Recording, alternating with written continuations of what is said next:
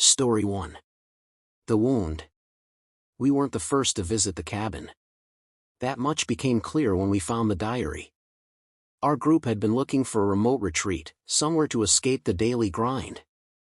A secluded cabin, found deep in the woods with no phone reception, seemed perfect. We arrived with high hopes, ready for a week of relaxation. But from the moment we stepped inside, something felt off.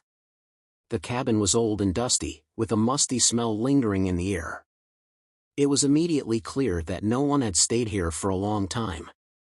But it was the diary we found on the table, half buried under a pile of old newspapers, that caught our attention. The pages were worn and yellowed, the ink smudged but still readable. We took turns reading aloud, and as we did, the temperature in the room seemed to drop. The diary's entries were written in a daily basis, describing events that made our blood run cold. This is what the diary said. Mike and I had been drowning in work for what felt like an eternity. Deadlines, meetings, endless tasks, it was a relentless grind that left us both exhausted, our minds frayed and our spirits dulled. The constant pressure had worn us down to the bone, and when we finally got a week off, it felt like a lifeline thrown to drowning men. Mike's uncle owned a cabin deep in the woods, far from the city, with no phone reception and nothing but the forest for miles. It was the perfect escape, a place where time moved slower, and the worries of the world couldn't reach us. We loaded the car with supplies early in the morning, leaving behind the concrete jungle, the endless noise, and the suffocating chaos of the city.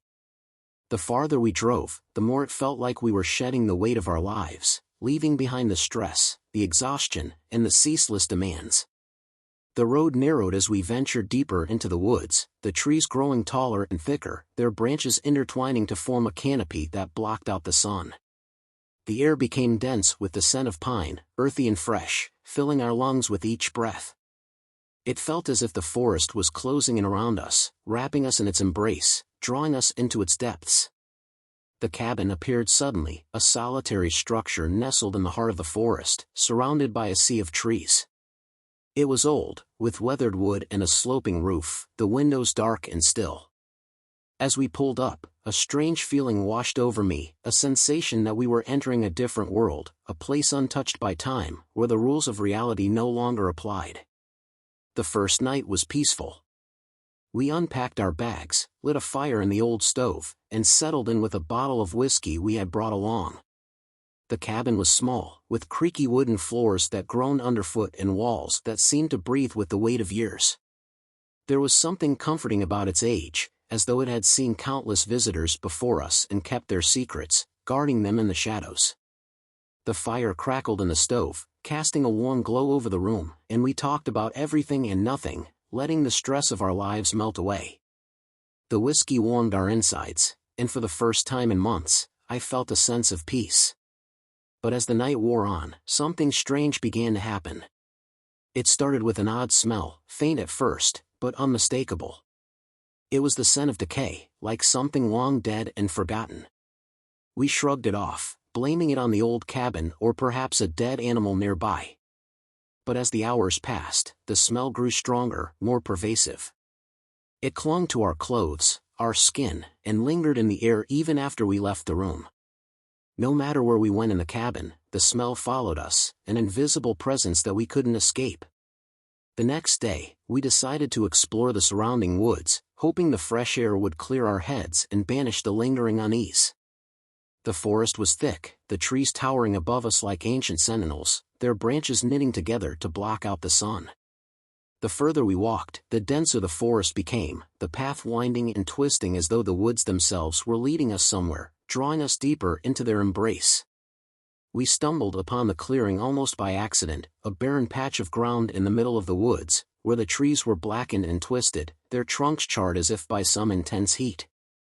The ground was scorched, the earth cracked and dry, as though the life had been sucked out of it. In the center of the clearing lay a deer, its body contorted in an unnatural position, its skin peeled back to reveal muscle and bone. But there was no blood. The ground beneath it was dry, as though whatever had done this had drained it completely. What could have done this? I asked, my voice barely a whisper, the words catching in my throat. Mike didn't answer. He was staring at the deer, his face pale, his eyes wide with something that looked like fear and something else, something I couldn't quite place. His hands were trembling, the knuckles white as he clenched his fists. We didn't linger long. The smell of decay was overwhelming now, thick in the air, driving us back towards the cabin. That night, the smell returned, stronger than ever. It seeped through the walls, through the floor, filling every corner of the cabin with its sickly sweet scent. We tried to ignore it, to convince ourselves it was just the old wood, the musty air, but sleep was impossible. The shadows in the room seemed to move, twisting and shifting in the flickering firelight, their shapes unnatural, wrong. The silence was deafening, pressing in on us, broken only by a low, distant hum that seemed to come from nowhere and everywhere at once. Mike was the first to hear it. "Do you hear that?" he asked, his voice trembling, his eyes darting around the room. At first, I didn't hear anything, but then it came, a faint scratching, like nails on wood, coming from outside. It was slow, deliberate, as if something was trying to get in, testing the walls, the windows, looking for a way inside. We grabbed a flashlight and the hunting knife Mike had found earlier and huddled together, our breaths shallow, our hearts pounding in our chests. We listened, straining to hear, but nothing came. The scratching stopped just before dawn, leaving us in a tense, uneasy silence that hung heavy in the air. The next day, we tried to leave, to escape the suffocating presence of the cabin and the forest. But no matter which direction we took, the road seemed to loop back on itself, leading us in circles until we found ourselves back at the cabin, the trees closing in tighter each time. It was as if the forest was alive, a living, breathing entity that had trapped us within its grasp, twisting the path until there was no way out. The walls of the cabin, once comforting in their old age, now felt like a cage, closing in around us, the air thick with the scent of decay. Mike began to change after that. He grew distant, his skin pale and clammy, his eyes hollow and sunken. He stopped eating, stopped talking, and spent hours staring at the walls, muttering to himself in a voice I couldn't understand. At night, I could hear him scratching at his arms, as if trying to peel something off his skin, his nails digging into his flesh until it bled. On the fourth night, I woke up to find Mike standing by the window, staring out into the darkness, his breath fogging the glass. "It's inside me," he whispered, his voice barely audible, his words sending a chill down my spine. "What is?" I asked, dread curling in my stomach, my heart pounding in my chest. He didn't answer, just lifted his shirt, revealing his chest. Beneath the skin, something moved, writhing and twisting, as if trying to escape, as if it was alive. I recoiled in horror, bile rising in my throat as I backed away. "We need to get out of here," I stammered, my voice trembling, my hands shaking. But Mike shook his head, a hollow laugh escaping his lips, his eyes glassy, unfocused. "There's no leaving," he said, his voice tinged with madness, his words echoing in the silence. "It's part of us now." The cabin, the forest, it was all connected, part of something ancient and malevolent, something that had been waiting for us, drawing us in. The smell, the clearing, the twisted trees, they were all signs, warnings we had ignored. And now it was too late. We were trapped, caught in the web of something we couldn't understand, something that was slowly consuming us. That night, I stayed up, unable to sleep, my eyes fixed on the shadows that seemed to pulse with a life of their own. The smell was everywhere, filling my lungs, seeping into my skin, into my mind. I could feel it now, under my skin, crawling through my veins, a sickness that no medicine could cure. But I fought it, clinging to the last shreds of my sanity, the last remnants of who I was. But I'm still here. Mike is gone, vanished into the forest, but I remain. The smell is inside me, the scratching in my mind, but I fight it. I stay awake, keep the fire burning, because I know that once the light goes out, it will take me too. The fire is my only defense, the only thing keeping the darkness at bay. I don't know how long I've been here. Days, weeks, it all blurs together, time losing all meaning in this place. The road still leads back to the cabin, the trees closing in tighter each time I try to leave, their branches clawing at me, pulling me back. But I'm still alive. I write this down, hoping that someone will find it, that someone will understand what happened here, that they will heed my warning. But the fire is dying now, the flames flickering, casting long shadows that dance on the walls. The scratching is getting louder, the sound of nails on wood, the smell stronger, filling every breath, every thought. I can feel it growing inside me, but I won't let it win. I can't. I'll fight it until the end, until there's nothing left of me to fight. If you find this, don't come looking for me. Don't come here at all. Just stay away. This place, it's not what it seems. It's a trap, a snare, waiting for those who are foolish enough to enter. And once you're here, there's no escape. No way out. Only the smell, the scratching, and the darkness that waits. When we finished reading, a heavy silence settled over us. The diary's contents were horrifying, but we initially dismissed them as elaborate fiction, one of those local legends designed to scare off visitors. It seemed too fantastical, too outlandish to be taken seriously. However, as we lingered in the cabin's oppressive atmosphere, thick, suffocating, and cold, we began to feel a creeping sense of dread. "We need to get out of here," someone finally said, their voice barely a whisper, cracking with fear. We packed up quickly, the diary carefully wrapped and stowed away. The road back felt endless, the trees pressing in as if trying to keep us there. The oppressive sense of being watched never left us, and we couldn't shake the feeling that something was following us. Back in the safety of our own homes, we debated what to do with the diary. It felt too dangerous to simply discard, so we turned it over to local authorities, hoping they could investigate and perhaps put an end to the horrors described within. Months later, one of our friends, skeptical and curious, decided to visit the cabin on a dare. He was determined to prove that the diary was just a hoax. We tried to dissuade him, but his resolve was unshakable. He went alone, armed with nothing but his bravado and a camera. He never came back. A search party was sent, but all they found was the cabin, eerily quiet and untouched. In a room, they discovered a roughly written note on a single page, scrawled in a hurried, trembling hand. It read almost the same as the diary. "If you are reading this, then you are in the same place I was. The darkness is real. It watches, it waits, and it consumes.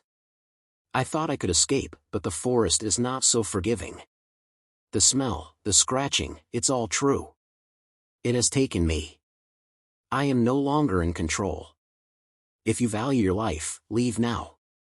The forest never forgets, and once you're trapped, there's no escaping its grasp. Burn this note and never return. The darkness will claim you just as it claimed me." The discovery of the note only deepened the mystery. It was as though the forest had claimed him just as it had the others before him.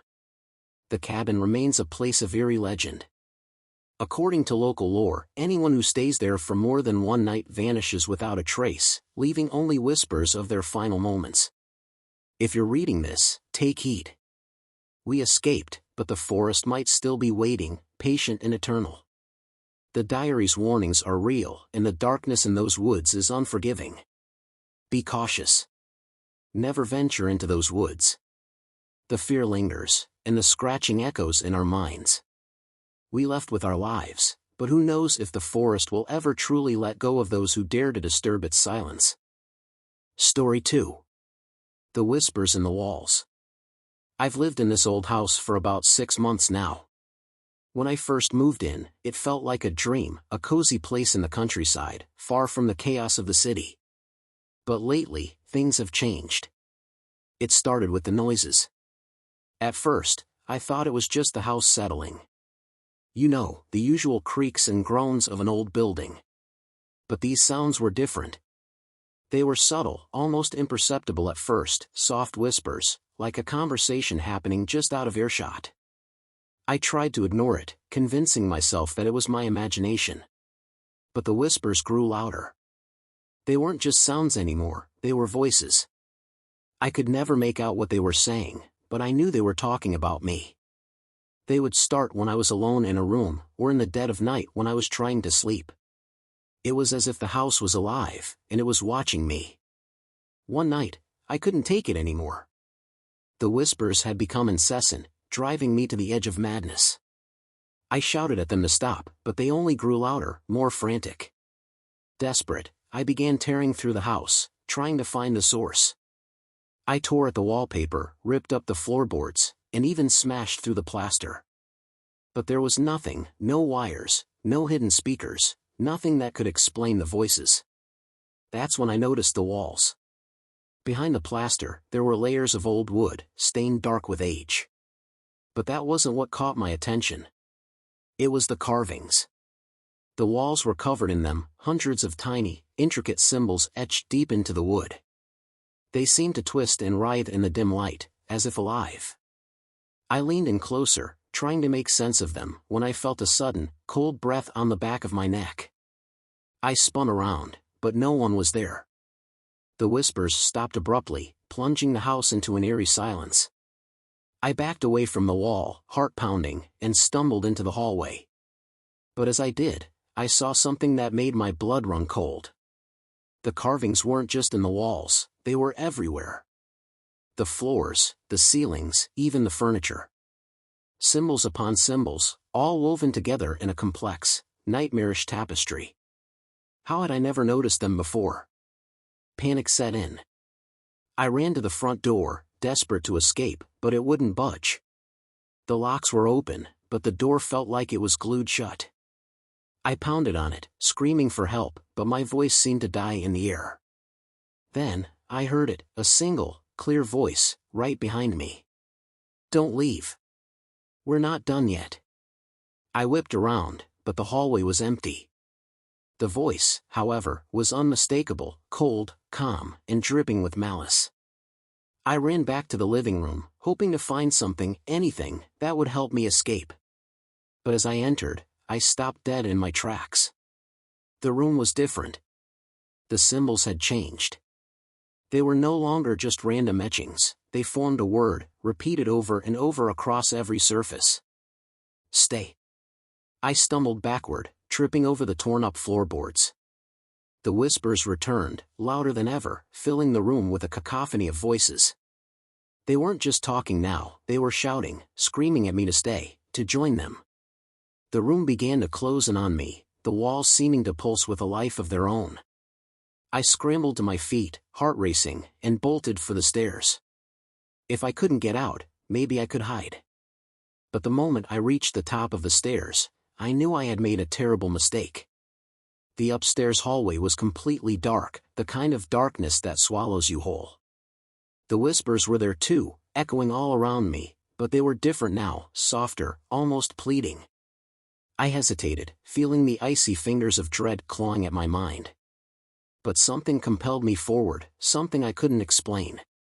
The whispers grew louder with each step I took, guiding me toward the end of the hall. There was a door there, one I had never noticed before. It was slightly ajar, a faint light spilling out from the crack. The whispers urged me on, promising answers, promising an end to the terror. I reached out with a trembling hand and pushed the door open.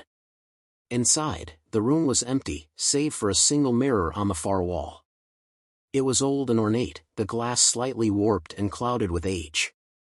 But as I stepped closer, I saw something that made my breath catch in my throat. My reflection wasn't mine. The face staring back at me was gaunt and hollow, eyes sunken deep into their sockets. Its mouth twisted into a grotesque smile, teeth yellowed and sharp. But the worst part was its eyes. They were filled with a dark, endless void, as if staring into them would pull you into oblivion. The whispers stopped suddenly, replaced by a low, guttural growl. The reflection's smile widened, stretching impossibly across its face, and it began to move toward me, inside the mirror, but getting closer with each passing second. I tried to move, to run, but my body was frozen in place. The reflection reached out, its bony fingers pressing against the glass from the inside, as if it were trying to break free. "No," I whispered, backing away. "This isn't real. It can't be real." But the reflection only laughed, a hollow, echoing sound that rattled through my skull. It leaned closer, its breath fogging up the glass. "You can't leave," it hissed, its voice a distorted mirror of my own. "This is your home now." I stumbled backward, my foot catching on something. I hit the floor hard, the wind knocked out of me. But I didn't take my eyes off the mirror. The reflection was still there, its twisted smile the last thing I saw before everything went black. When I woke up, I was back in my bed. The house was quiet, the whispers gone. For a brief moment, I thought it had all been a nightmare. But then I saw the carvings on the walls, the words stay etched into every surface. And I heard it again, that voice, whispering from the darkness. Welcome home. I never left that house. I couldn't. It wouldn't let me. The doors remained locked, the windows sealed shut. The whispers were my only company now, growing louder and louder with each passing day. They say houses have memories, that they hold on to the echoes of those who live there. But this house, it doesn't just remember. It keeps you. And now, it has me. Story 3. We found a mummified corpse in Siberia. There was something wrong with its eyes. It wasn't human. I came face to face with the relic first. I was plucked from reality in an instant, one moment, above, the next, below. I'd been Promethean in my hubris when I stepped onto the ice, pestering the others for being too careful. My foot landed on a weak spot, and I slipped silently down beneath the surface into a small system of snow-laden caves. A spotlight of sun illuminated the place where I landed. The walls, rough-hewn and iced over, glittered gently around me. It was quiet. Stale air. I must have been the first human to set foot in those caves in thousands of years. My ankle radiated pain. Dr. Carter's pale face blotted out the sun above me, drenching me in cold shadow. Christ almighty, Ava! You alive down there? Yes. I called out. But, fuck. I hurt my ankle. You shouldn't have gone out so carelessly. This quip, delivered in monotone, preceded the face of Dr. Sokolov. Even from several yards below, I could feel the heat of his glare. Now we have to waste time getting you out of there. Dr. Carter grinned. Maybe you can find us an extinct species down there while you wait. Voices crescendoed above me while they organized my rescue effort. There were 5 of us out there in Siberia, a land I found beyond my comprehension. I learned the true meaning of isolation in that place. Did you know there are towns blocked in by snow year-round? The temperatures drop to unfathomable negatives. Cold so cold it's deadly. And that's just everyday life. Sitting alone under the ice, I couldn't imagine the same me that had jumped for joy when asked to come on this trip. I never dreamed of sprained ankles and claustrophobia. I dreamed of superhero archaeologists discovering mammoth remains and ancient tools. I found something much older than mammoths and cavemen. I got to my feet with great difficulty, pressure on my right ankle echoed a sharp pain up my leg. I leaned on the wall for support. Another team member, Dr. Bennett, bent over the hole I'd left in the ice. Hey Collins, this might take a while. The ice isn't stable enough for us to just toss a rope down there for you. We're sending Kuznetsova back for a ladder or something. Hang tight. Not much else I can do, I said. She frowned. Sorry. Shout if you're getting too cold. We have extra blankets in the truck. With that, Dr. Bennett disappeared. It would take Dr. Kuznetsova at least an hour to get to our camp and back with a ladder. For most of that period, I waited. Sat back down. Stared into the darkness. Tucked myself tight and shivered. Then, a glint of light, deeper in the cave. It was unmistakable. I hadn't moved, so something else must have. I stared into the space where the light originated, but there was nothing more. I mulled it over. Replayed that little speck of reflected light in my mind until I was sure it had happened. There was ice on these walls. Of course it would glitter and shift. Perhaps it was melting ever so slowly due to my intrusion of light and heat. Still, I hastily got to my feet and pulled out my flashlight. Walking was difficult, so I dragged one gloved hand along the wall and limped deeper inside the chasm. Once I aimed my beam of light forward, I could see that I was in more of a tunnel than a cave, one that carried on long out of sight. I don't know what compelled me forward, supernatural pull or natural curiosity. Out in the Siberian landscape, my senses were dulled. I was unstimulated.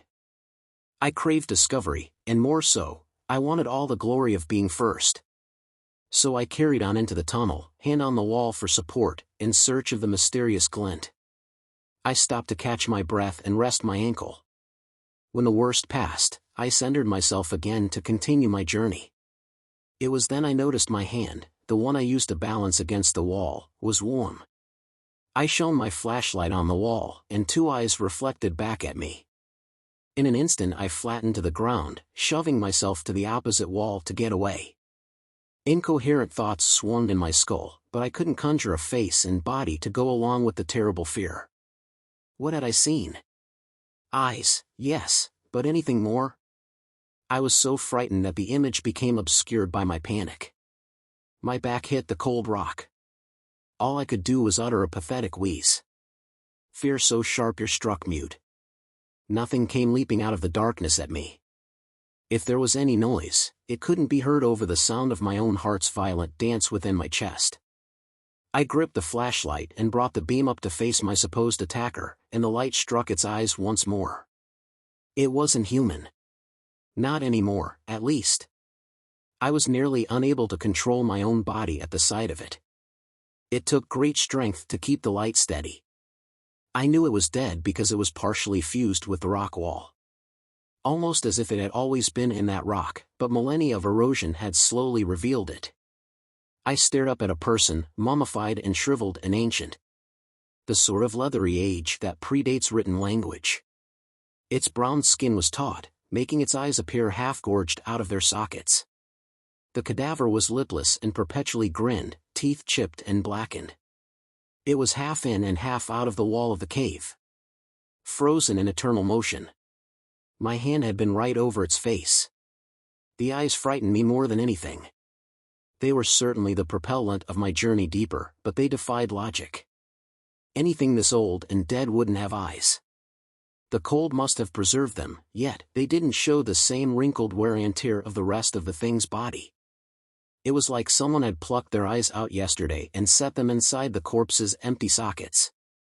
The irises were deep blue like the ocean at night, my flashlight, the moon bouncing over bottomless water. Dr. Collins? At my origin point, a ladder slid down from the heavens. Dr. Collins. Can you climb? I remained for a moment, watching the corpse. Its eyes watched me back. Then I scrambled to my feet and limped back to my colleagues. It's real, Dr. Kuznetsova announced. She dragged herself out of the hole and onto the ice. My friends, say goodbye to obscurity. We're going to be famous. Dr. Carter pumped a fist in the air. Yes. God, Ava, I'm so fucking glad you fell down that hole. Ahem. I mean. Well, that came out wrong. You know what I mean. I looked away from him. Eyes glued to the hole.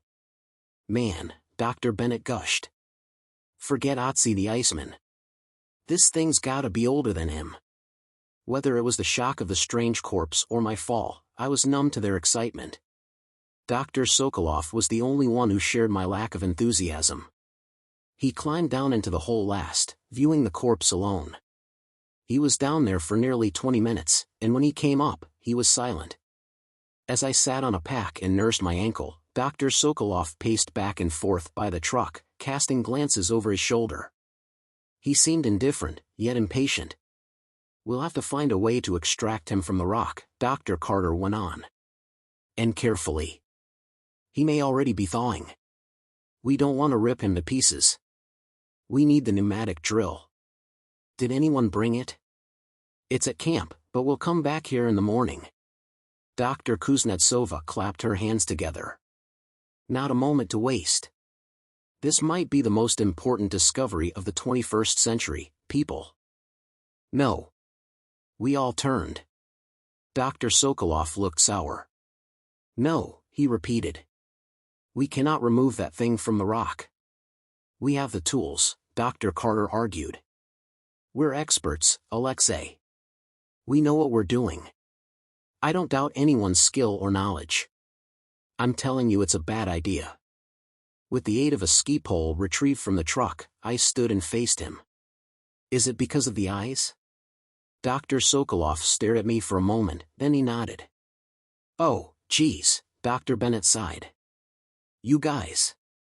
It's a preserved mummy. Don't get all superstitious on us. Dr. Kuznetsova had the final say. I'm in charge here, and we're going to excavate the specimen. I don't know what has happened to your scientific curiosity, but make sure it's back by the morning. Let's head to camp. The camp was a squat, concrete building many miles away from the nearest town, previously used by researchers and archaeologists such as ourselves. We had amenities, there was no roughing it or making things work. None of us were Indiana Jones. We were college-educated assholes poking around in ancient ice. People where people shouldn't be. The Arctic Circle was an alien landscape to me. In the summer, the sun lingers over the earth, prolonging sunsets by hours. On the summer solstice, there's a phenomenon called Midnight Sunday. It hangs above the horizon for 24 hours straight. No respite. The summer solstice was only one day away when I slipped into that subterranean chamber and discovered the corpse. The extended sunlight gave me the disorienting impression that I'd been living the same day for weeks. When it didn't set at all, I thought we'd all go a little insane. That last night, I dreamed about the corpse in the cave. The dream followed the same events that had happened earlier that day, me walking around ignorantly on thin ice, me falling, me trailing my hand along the wall until it came to rest over the corpse's face. That terrible, unnatural warmth I'd felt. It spread up my arm and into my shoulder and throughout my chest until, nothing. Darkness. When I awoke, I sat up straight and found I was drenched in sweat despite the cool temperature. What lingered in the absence of sleep was a feeling rather than a memory, loneliness. Isolation.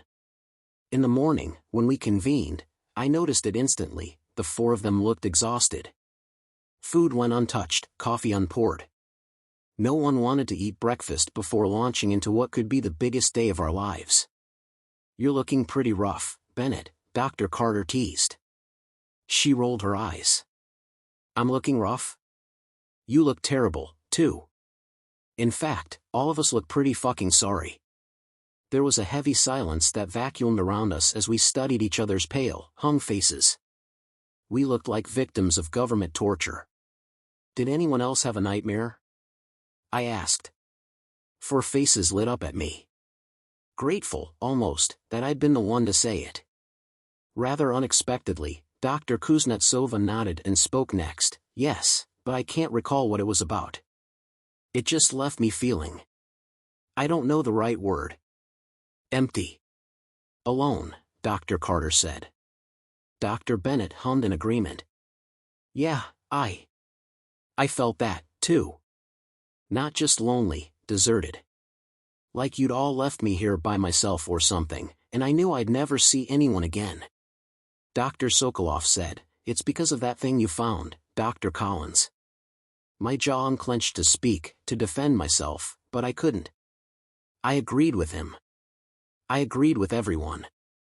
I could feel the presence of something all around us, whether it was group psychosis or supernatural, the corpse was affecting us. My hand felt warm again. Look, we all had nightmares, Dr. Kuznetsova said. Big deal.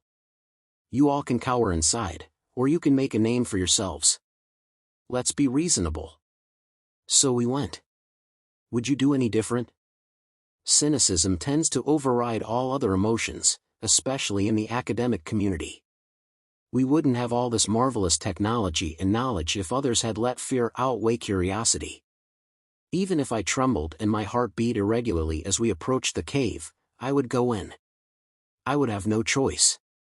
We came again with tools and other equipment to make the excavation. We hoped to have it out by sunset, giving us around 15 hours to work.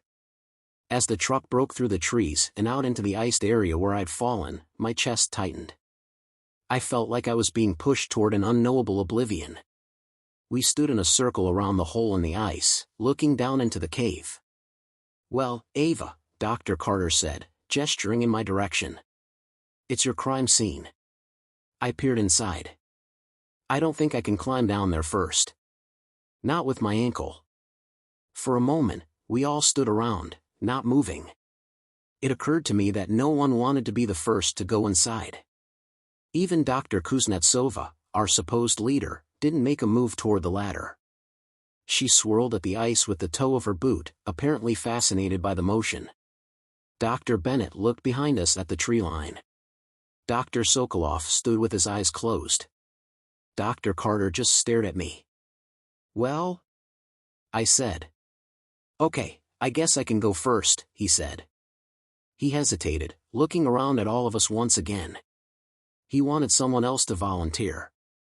No one met his eye, so he bent, gripped the ladder, and started to descend below the ice. "No, I'll go first." Dr. Carter reversed his trajectory. He was up and out in an instant, making way for Dr. Sokolov to climb down first. I watched the man's face as he moved toward the hole. He was perspiring. Even in this cold, he was perspiring. I could almost smell it on him as he passed by me, the sharpness of his adrenaline. There's a story everyone hears when they're introduced to Dr. Alexei Sokolov. Picture this, a young Alexei, fresh from university with the degree of his dreams, deep in the wilderness north of St. Petersburg. He's gone there to camp because that's what he does on his vacations. He roughs it. One morning he's gathering firewood, then a bear attacks. Take one guess at who came out of that battle alive. I grabbed his arm and lowered my voice to a whisper. "I hope you don't intend to use that." "Can't hurt to have it just in case you nutcases change your minds," he replied, wrenching his arm free. "Come on, Ava. Be an adult." When Dr. Sokolov put the ladder back, I was the last to climb. Dr. Bennett aided me during the latter half of the journey, ensuring I wouldn't have to put too much pressure down on my twisted ankle. She put her arm around me, and I leaned on her as we made our journey down the tunnel. The air grew warmer as we approached. By the time we reached the corpse, Dr. Carter had removed his thick outer coat and deposited it on the cave floor. As the space became illuminated by our lanterns, we saw clearly that the snow had melted in a semicircle around the corpse. It was radiating heat. "That's impossible," Dr. Bennett noted. "It's so warm." Dr. Carter placed his hand flat on the wall next to the corpse's head. "Maybe there's volcanic activity here, and the air is coming from deeper underground." "I mean, that's possible, right?" "It's not likely," Dr. Kuznetsova said. Dr. Sokolov met my eye. He stood as far away from the corpse as possible in the small space, his back touching the opposite wall. I'd been in that spot the previous day when I first encountered the thing. He said, "How can you all still deny this? Volcanic activity, that's stupid." "Well, if you're so fucking scared," Dr. Carter said, approaching him in a threatening manner, "why don't you go wait in the truck, huh?" Dr. Sokolov glared. "You're nothing more than an insolent child, and your ignorance is going to get you killed." "Oh, Jesus. He's proselytizing. Someone stop him." Dr. Carter stuck out his tongue, then took off his backpack and let it drop to the ground. "Listen, Dr. Sokolov, I respect you a lot, but we can't let superstition get in the way of this discovery. It's just a dead body. It's not going to hurt you." "Dr. Carter is right," Dr. Kuznetsova said. "Let's do what we can, shall we? No more wasting time on petty arguments. We're a team. Let's act like one." Dr. Carter backed away from Dr. Sokolov. The air was still fraught with tension, but we turned our attention instead to the corpse in the wall. It was wet, as if it too had started to perspire in the heat. Logic told me it was melting ice, which meant we had a limited amount of time to do what we needed before the body lost its integrity. I faced the thing and met its impossible eyes. They glistened in our lamplight, the melted ice giving the otherwise dead face a lively look. Like it was crying. We all stood, staring, not speaking. Hypnotized. After a while Dr. Carter chuckled, dispelling the thick silence. "God, that thing is creepy, isn't it?" He looked around at us. We're really wasting our time here. Well put, Dr. Kuznetsova said, digging in her bag. She retrieved a digital camera, and she turned it on. Flicked on the flash. Held it up, aimed, and an explosion of light momentarily blinded us as she took the photo. The corpse's eyes snapped in her direction. Fuck, she cried, stumbling backward. The rest of us similarly pressed ourselves up against the opposite wall, shouting incoherently over one another. It didn't move again. See? Dr. Sokolov shouted, flinging an accusatory finger out at the rest of the team. Do you see it now? Dr. Carter peeled himself from the wall of the cave. He took a moment to smooth out his coat and hair. Yeah, freaky. But there's an explanation. The ice around it is melting, so maybe the eyes are slipping out of their sockets. No. It finally noticed us. Dr. Kuznetsova looked down at her camera, then up at Dr. Carter. She repeated this gesture a few times, her face contorting. She looked at the corpse. At the camera. At Dr. Carter. Finally, she said, perhaps there is something strange about the eyes. It's not normal, I replied. It had been difficult to find my voice in the presence of the corpse. It felt wrong to speak ill of it when it was right there.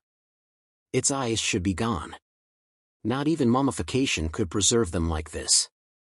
I think we should leave. Leave? Dr. Carter roared. My God. What the hell is wrong with you four? Ava, you had the privilege of being the one to discover this, and what? You're too much of a baby to do anything with it? He paused and glared at each one of us, shaking his head. Well, if you're all so scared, then why don't I just do it myself? Don't, I pleaded. Please don't touch it. Dr. Carter grinned. You're all going to see how ridiculous this is. He reached into his backpack and removed the drill. Dr. Sokolov was on him in an instant. He thrust Dr. Carter against the wall and pinned him there, the drill clattering to the floor between them. Dr. Bennett ran forward to intervene, but a wild swing from Dr. Carter connected with her face and sent her stumbling back. She cradled her jaw, cursing at them. I stepped forward, unsure if I could retrieve the drill before anyone could stop me. My ankle screamed with pain. I stayed back, helpless to do anything but watch their struggle. Stop! Dr. Kuznetsova shouted. Enough! Get away from each other. Dr. Sokolov landed a hard punch into Dr. Carter's stomach. The latter doubled over, moaning. He sank to his knees, head hung. Dr. Sokolov kicked the drill down the tunnel, where it cascaded into a pile of snow, out of sight. Anxious breaths filled the air. We're leaving now, Dr. Sokolov commanded. And we are not coming back. Dr. Bennett drew herself to her feet. Blood smeared from a cut on her lip. Fuck you guys. I can't believe we're going to let this go to waste. We can't, Dr. Kuznetsova argued. Dr. Sokolov pointed at the corpse. Are you going to touch it, then? She stared at it, then slowly, she shook her head. She tucked the camera back into her bag and zipped up her coat. Frowned. We'll discuss this somewhere else. Let's go. He did it when we started to move for the ladder. Just as I had turned my back, I heard two wet leaps. The sound of Dr. Carter digging out the corpse's eyes with his bare hands. His gloves were deposited at his feet, and he was knuckle-deep in the corpse's left eye socket. He turned and held them aloft.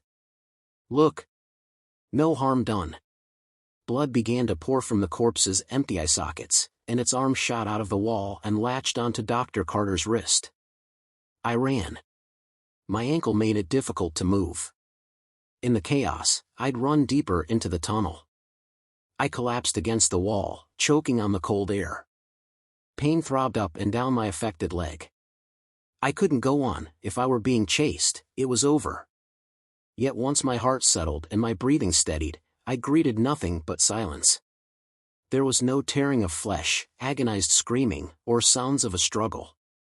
I cursed my cowardice. If only I stayed. If only I ran for the ladder instead. If only I could have prevented all this by not venturing too far out onto the ice. If only I'd died in that first fall instead of living long enough to discover the terrible corpse. Outside, the sun would not set. I imagined the blazing red orb lingering above the horizon, bathing all beneath it in an ethereal fire. The summer solstice. The midnight sun. Here I was, trapped beneath the ice. Not sure of what awaited me on either end of the tunnel. Should I continue forward, potentially becoming lost in a labyrinth of ice until my eventual death? Isolation, it struck me deeply. I'd die underground, alone. Far from anything I'd ever known. Or I could move forward and face what awaited me. The devil you know. I drew myself to my feet and limped back the way I came. The watery reflections of the ice danced on the floor of the alcove. It was mesmerizing. The midnight sun beamed down heavenly shades of red and orange into the hole where I'd first fallen, blanketing the tunnel in a bloody hue. I was frozen in place as I surveyed the carnage. They were fused into the wall. 3 of them. Dr. Kuznetsova's back faced me, her face entirely engulfed by the rock. Dr. Bennett must have been on her knees when it happened, and she too was awkwardly frozen, halfway in and halfway out. Finally, Dr. Sokolov. He looked as if he'd put up no fight this time. It was no Barry-faced. He was merely standing when it happened, his arms at his sides. The look on his face was stoic. Defeated. The corpse remained, its wall no longer empty but decorated with the bodies of my colleagues. A glint of red sunlight reflected off its eyes. Green ones, not blue ones. Dr. Carter was lying on his back before it, eyes missing. Body discarded to the side as if it were not needed any longer. The corpse turned its new eyes toward me. No longer alone.